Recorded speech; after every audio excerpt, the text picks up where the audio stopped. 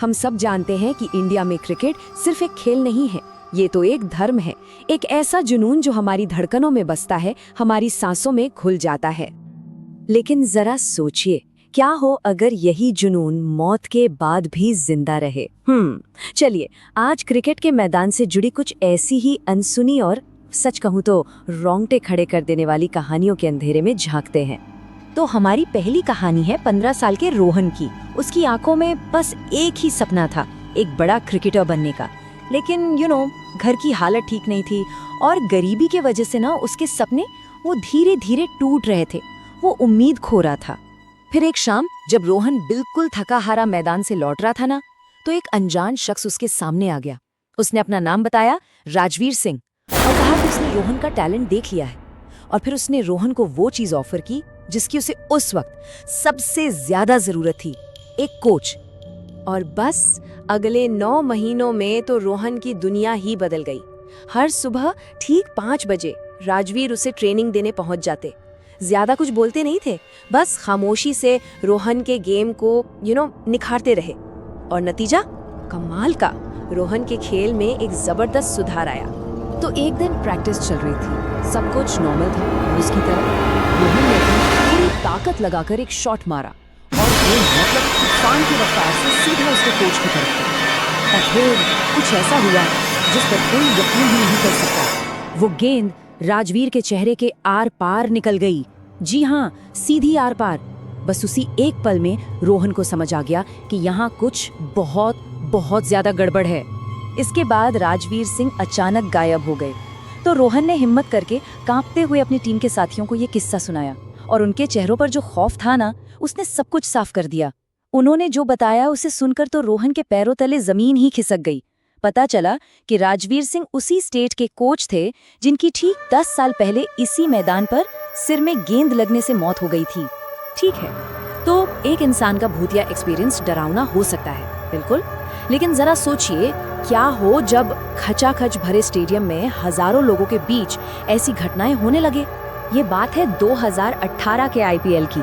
किशन नाम का एक लड़का अपने हीरो MS धोनी को खेलते देखने वानखेड़ी स्टेडियम गया था। लेकिन उस दिन ना मैच से भी ज्यादा डरावना कुछ और था, और वो था उसकी ठीक पीछे बैठा एक अजीब सा आदमी। अजीब इसलिए क्योंकि उसकी हर भविष्यवाणी, मतलब हर एक पत्थर की लकीर साबित हो रही थी। जैसे उस आदमी ने अचानक किशन के कान में धीरे से कहा, चौका। और क्या हुआ? अगली ही गेंद पर बैट्समैन ने चौका मार दिया। किशन एकदम हैरान, सोचा चलो इत्तेफाक होगा, है ना? लेकिन फिर कुछ देर बाद उस आदमी ने फिर कहा, आउट। और ठीक वैसा ही हुआ। अगली गेंद पर विकेट गिर गया। अब तो किशन के माथे पर पसीना आ गया था। उसने घबराकर स्टेडियम की बड़ी स्क्रीन जंबोट्रॉन की तरफ देखा और उसके तो होश ही उड़ गए। स्क्रीन पर वो खुद तो दिख रहा था, लेकिन उसके पीछे वाली सीट वो बिल्कुल खाली थी। और तभी उसे उस आदमी की आवाज फिर से सुनाई दी, जिसने बताया कि वो एक ग्राउंड्समैन था जिसकी मौत इसी स्टेडियम में हुई थी। और देखिए, ऐसा नहीं है कि ये डरावने अनुभव सिर्फ आम लोगों के साथ ही होते हैं। 2002 में इंग्लैंड टूर पर हमारे दादा यानी सौरव गांगुली ने लमली कैसल होटल में एक ऐसी रात गुजारी जिससे वो शायद कभी नहीं भूल सकते। सोचिए, आधी रात को बाथरूम के सारे नल अपने आप चलने लगे, एक औरत की परछाई दिखी और अंधेरे में 2 चमकती आंखें उन्हें घूर रही थी। वो इतना डर गए थे कि भागकर सीधे अपने टीममेट रॉबिन सिंह के कमरे में चले गए।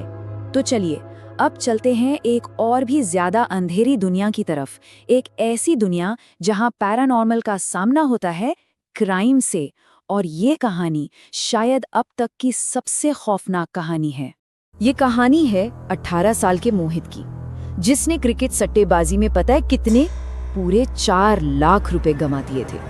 अब अपने पिता के डर से वो उस बुकी के पास गया जिसने उसे ये सट्टा खिलवाया था, और उस बुकी ने पैसे लौटाने के बदले उसे एक आदमी की जान लेने को कह दिया।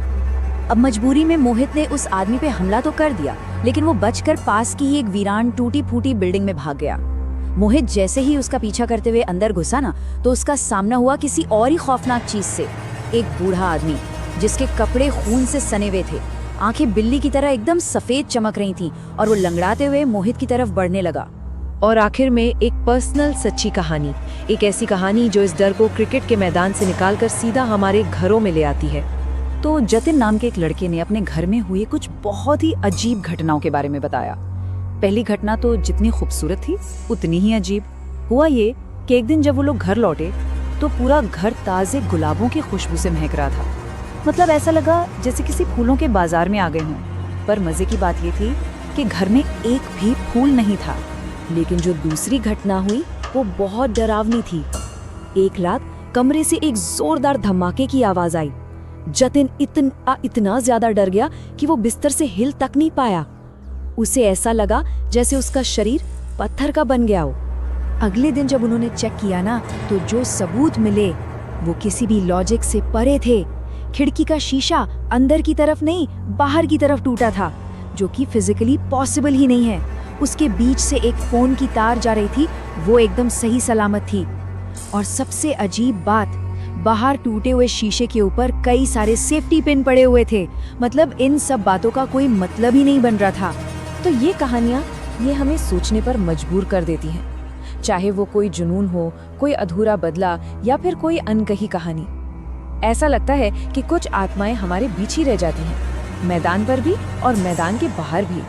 और ये सब एक सवाल पीछे छोड़ जाता है कि हमारे आसपास वो कौन है जिसकी मौजूदगी तो महसूस होती है पर आवाज सुनाई नहीं देती।